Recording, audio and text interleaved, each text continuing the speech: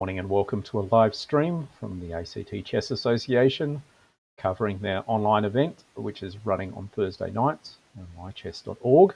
It's a standard event played with a time limit of 40 minutes at the start plus 15 seconds per move. My name is Sean Press. I organise these events on behalf of the ACT Chess Association and provide this online summary the next day.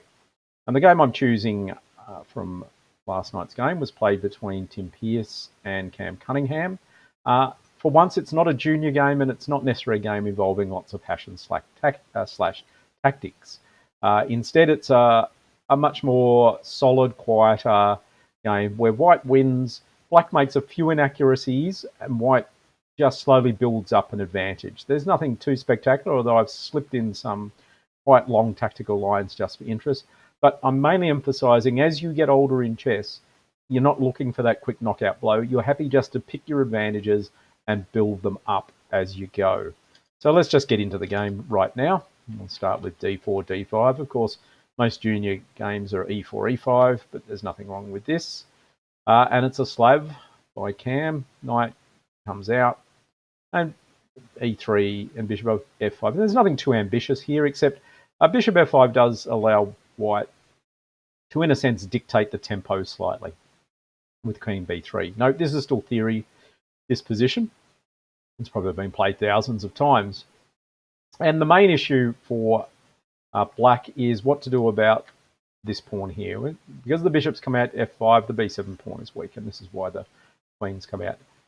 So white isn't at this point looking for anything substantial, but is just trying to annoy black a little bit by threatening the undefended pawn.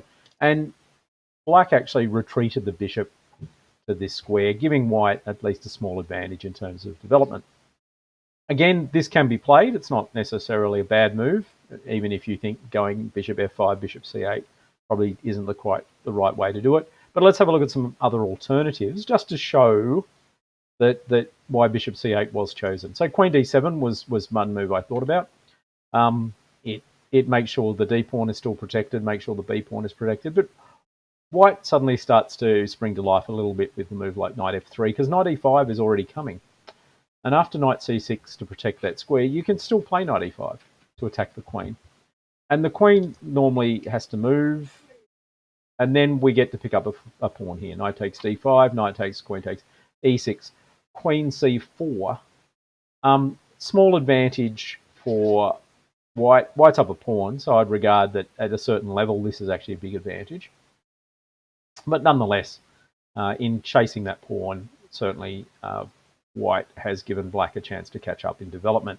Note, if I will go back here, you can't kind of decide to chop the knight, because after d takes e5, the main problem is that bishop b5 is going to win the queen because it's pinned against the king. And in dealing with that, with a move, say, like a6, you're now leaving the pawn on the knight on f6, ready to be captured.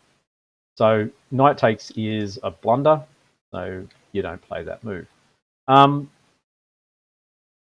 You could try knight c6, which was suggested by the engine, and you actually give up the pawn, and you retreat the bishop back to d7 anyway. And the idea here is you're going to play rook b8 and start kicking the queen around. Queen b3, rook here, queen back, e5. And engines regard this as equal, but it's still down a pawn. So you've just got to be careful about that one. It's okay if you know what to do in terms of leads and development, more space if you've sacrificed a pawn. But if you don't, you've just lost a pawn. b6, but that's probably just a bad move after bishop b5 check. You've weakened too many squares around the king.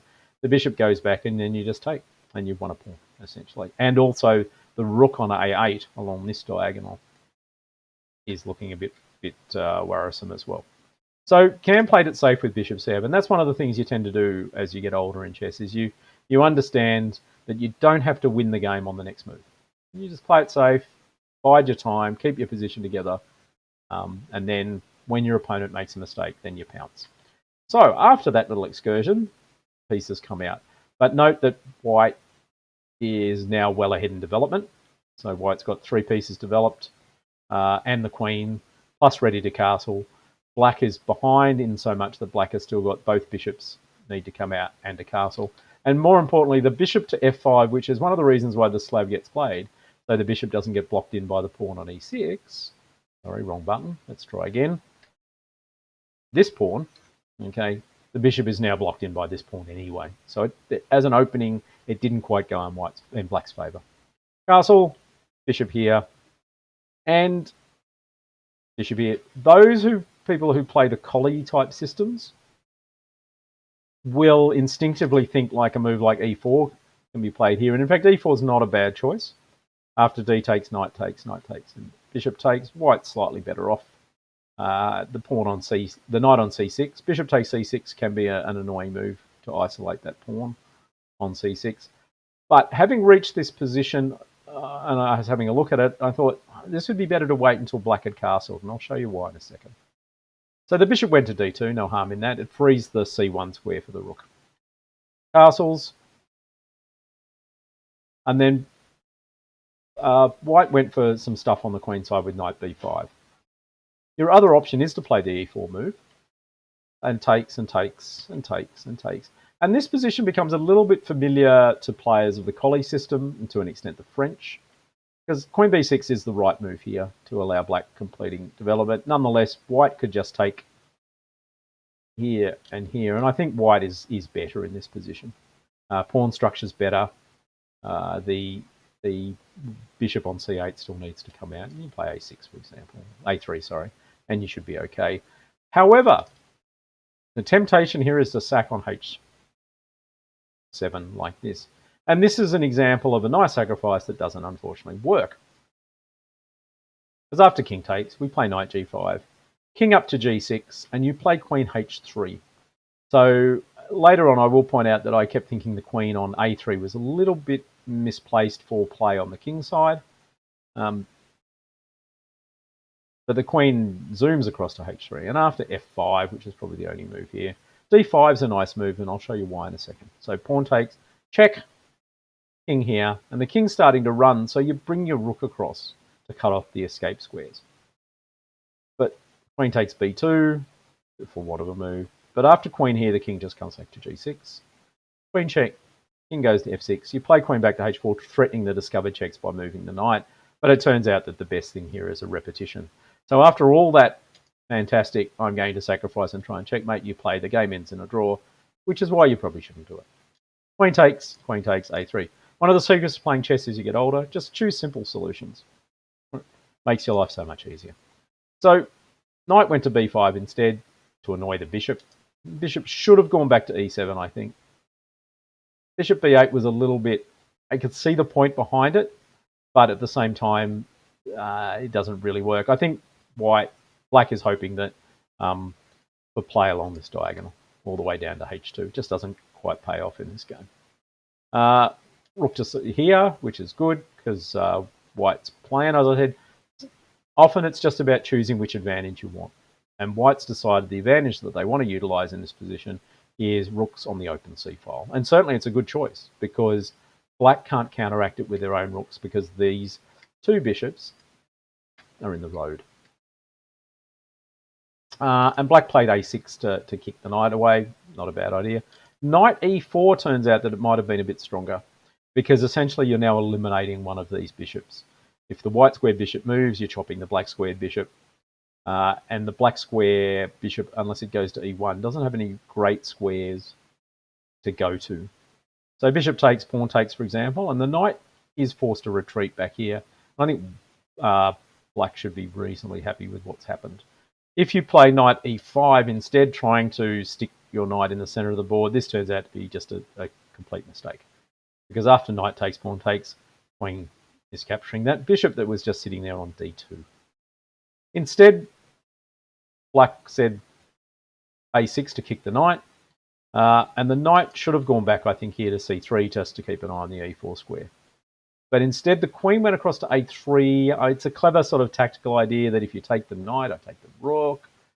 But at the same time, if you're moving your pieces to essentially artificial squares just for short-term tactical gain, it's probably not the best strategy here. You ask yourself, do I want my queen to be on that square for the rest of the game? And if the answer is no, then maybe it shouldn't have gone there in the first place. So, knight a7. Now, it turns out knight e4 here was, again, same idea. Should have been played. But knight a7 takes, bishop takes, knight e5 with the same idea. As I said, I've highlighted the queen in red because I just think that this is a really good setup for white for attacking on that king side. The bishops are starting to point towards the king. The knight is on a nice central square, but the problem is the queen is on the wrong half of the board. The queen really wants to be on d1, heading for f3/h5 if allowed. But bishop b4, okay, we'll make the rook move. Rook moves. We'll play the knight to this square anyway. Knight comes back to challenge the knight here. Again, f4 is a nice move here. And there's a really strange little tactic here, which astonished me when it turned up. If you try and kick the knight with f6, which normally is the right idea here, bishop takes h7, surprisingly, wins the queen almost. Black can just move the king out of the way, but that's not really going to help. So we take, and then knight f7 double exclamation mark. Attacking the queen, so where does the queen go? e7's out, and c7's out, and a5 is out, so only b6 is out. But then bishop a5, and guess what? Queen's actually trapped. No, actually, I realised when I was looking at this, queen isn't trapped, but there's another slightly devastating. This is the square for the queen to keep the queen safe, but then you also run into the knight fork here. That was the other thing that I should have been paying attention to while analysing this game.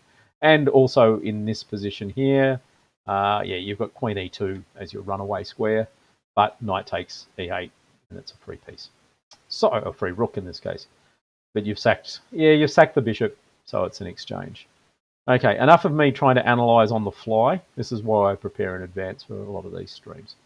Knight went here, knight takes, bishop takes. This is still fine. Rook c2, and we're back to picking our advantages, which in this case is going to be the c file. And we double our rooks, and black challenged that by swapping, and we just took here. So there's a couple of things that white can aim for in this position. One is to try and get to the c7 square. The other is to look for weaknesses on the queen side. But having said that, black does quite well to keep this position together. Black's not lashing out. Black's not trying too many crazy stuff at the moment. Black is just patiently defending by putting their pieces on good squares, although this one wasn't.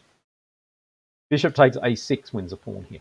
Bishop takes, because if we simply take back here, rook takes. And yes, the rook on the c-file strategy pays off with a win of material. And sometimes as you get older, that's what you realise. Just play for good positions, and then any mistakes by your opponent, you can punish. You can't punish your opponent's mistakes from a bad position, essentially, unless they're really bad mistakes. So the idea is if you have good mistakes, good position, then you can punish bad mistakes. The bishop could retreat, but then we just play the bishop down here and put the pawn in our pocket. So instead, white dropped the bishop onto d6. Bishop goes back to c8, and we're swapping and swapping, and queen c3. And this position, to be honest, is now back to close to being equal. After having an advantage for a lot of the game, white's position is back to equal. And it's in part because black actually strategy of swapping pieces off did work. Even though there was that little tactical miss a couple of moves back, black's goal is to keep the pawn structures similar, which pretty much they are, and then just start reducing the number of pieces on the board. If you're looking for a draw, symmetrical pawn structures is often the way to go. I used to think swapping pieces off was the way to go, but in fact, it's a two-part strategy. You've got to swap pieces, and you've got to keep the pawn structure pretty much symmetrical. So rook goes to c8, and after b4, it's on the one hand equal, but the winning chances still lie with white. And the reason I say that is because of the respective bishops. You have a look at the white bishop that I've marked in green. It can move on all these white squares, while the pawns, which I've marked in yellow, protect all the black squares. So between them, these pieces and pawns are working well together. On the other hand, if you look at the black bishop, it's moving on white squares, and you have a look at all the pawns, they're also moving on white squares. And so nothing is protecting dark squares. Now, in some games, you can use that to try and break into the position by occupying all the dark squares. With less pieces on the board, it doesn't matter so much, but it also means that white has a better ending. Isn't that the white squared bishop has definitely more targets than the black bishop. So bishop goes back to d7, continuing our let's start swapping stuff off strategy. Queen here, rook takes, queen takes. Now, black had played the game really well up until this point with a few small mistakes, but this is a big one. Queen c8, getting carried away with swapping things off because forgot that the queen was protecting the bishop, protecting the pawn, attacking the pawn on h7, and so we've just pocketed a pawn. Then swapped, and bishop c2. Now, I just want to point out one of the slightly annoying pieces of advice that I've always followed in my chess career and I've realised is potentially wrong. And that is when you're ahead, swap off. Sure, sometimes that strategy works, but I've thrown away lots of half points by swapping into endings a pawn up and then realising I couldn't win them. So just be careful about reflexively swapping. King up. So we're centralising our kings at the moment, but white's trump in this position is the h-pawn.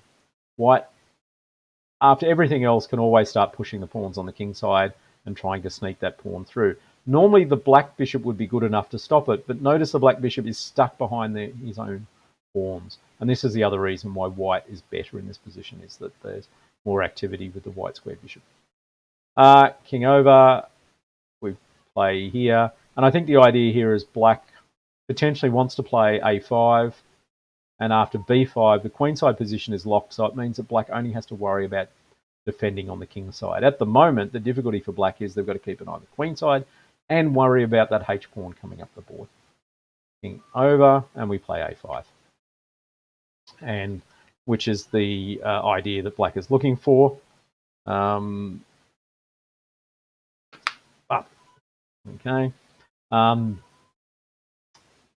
White sensibly doesn't play b5 check, even though this position is still better for white. King over, bishop across here to start looking at moving the pawns on the king side.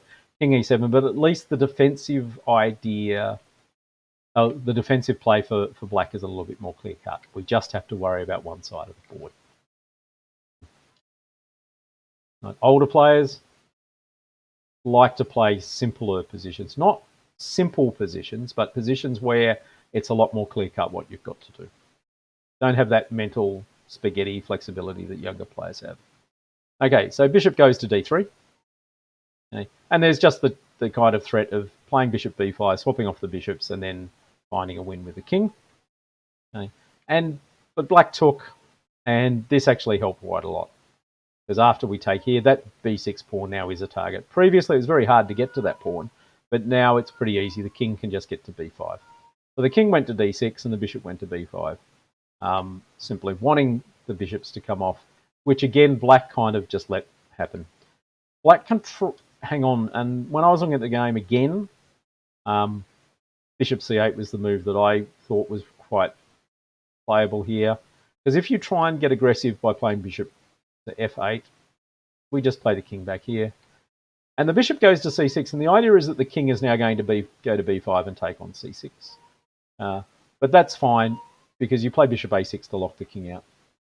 And then bishop back to b5 and bishop back to c8. And now white is still forced to come up with a plan. Now the plan eventually is going to be push the g-pawn, push the h-pawn, and try and make a queen. But the king is well placed on the king side to try and stop that from happening. And the bishop is doing a not bad job of keeping the white king out of b5 as required.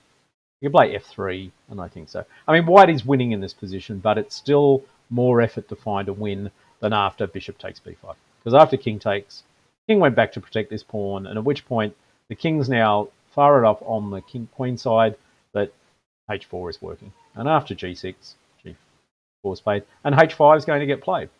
And if it's pawn takes pawn, the king has to run back if they can, not even in this position, to catch the pawn. In the meantime, white just takes the pawn on b6, and then the pawn on a4 wins. So having passed pawns on both sides of the board is the end for black, and black quite sensibly resigned in this position.